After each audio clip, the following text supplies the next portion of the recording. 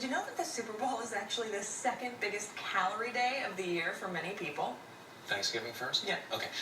If you're looking for a healthier, tasty option to serve this summer, this Sunday, excuse me, and summer, I guess. Stephanie Langston is in Nashville with an expert who has some creations just for you.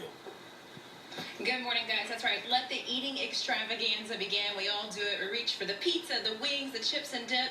But Jenny Beth Crockland is a registered dietitian with Healthy Beginnings. She's joining us this morning to show us some healthier options. Thank you, Stephanie, for having me. Yes, Stephanie, Super Bowl Sunday is a huge food day, and the first thing I would recommend is to fill up on fruits and vegetables. So instead of reaching for the classic nachos, reach for apple nachos.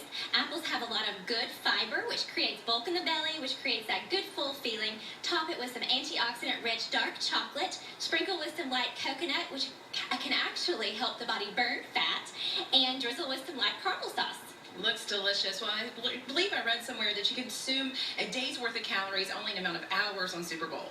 Yes, Stephanie. On average, the Super Bowl fans will consume anywhere from 3,000 to 5,000 calories on Super Bowl Sunday, starting before kickoff and going through the trophy presentation. And so it actually only takes 3,500 calories to gain a pound. Oh my goodness, we have to work out if we're going to eat those dishes that we're used to. But of course, what's a Super Bowl without a good dip, a good guacamole dip, or some delicious buffalo wings?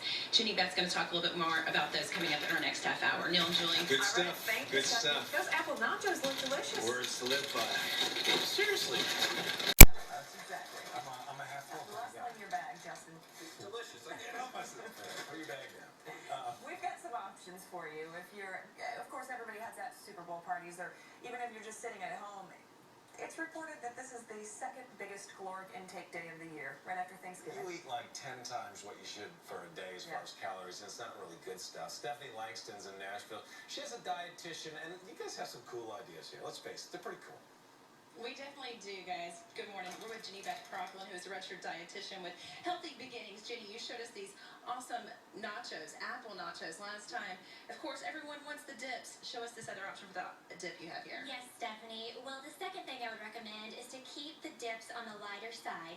So take the classic guacamole, for example. Avocados are a healthy fat. They can really add up in calories and fat grams fast in guacamole. So what I have here is a pizza-mole. So I took frozen peas, cooked them, pulverized them, added the ingredients. You have a really tasty pizza-mole dip for half the calories, virtually zero fat, and you pair it with some baked chips and some raw veggies. You have a fabulous dip. All right, I have to be honest, peas, not everybody's favorite. Is it still tasty, though? It is super tasty. You can barely tell there are peas in the dip. All right, and everyone wants a buffalo dip, so you have buffalo sauce here? Yes, so what's the Super Bowl without buffalo wings? And so when you think of meat, think grilled, think baked, think broiled, think roasted. Like in this recipe here, I took rotisserie chicken, chunked it, covered it with buffalo wing sauce, sprinkled it with some reduced fat, blue cheese, serve it with some side of veggies. You've got the buffalo wing taste without all the added calories. All right, that one's for you, Neil. Now, all these recipes will be on her website. That's healthybeginningstn.com. Neil and Julie. All right, thank you, Stephanie, and our gourmet chef, in-studio gourmet chef, Justin Bruce, swears by the pea dip. He says he's made it, and it tastes good. That's buffalo. You're going to take some of that? Be right back. Wrap things up. Hey, we've got that giveaway.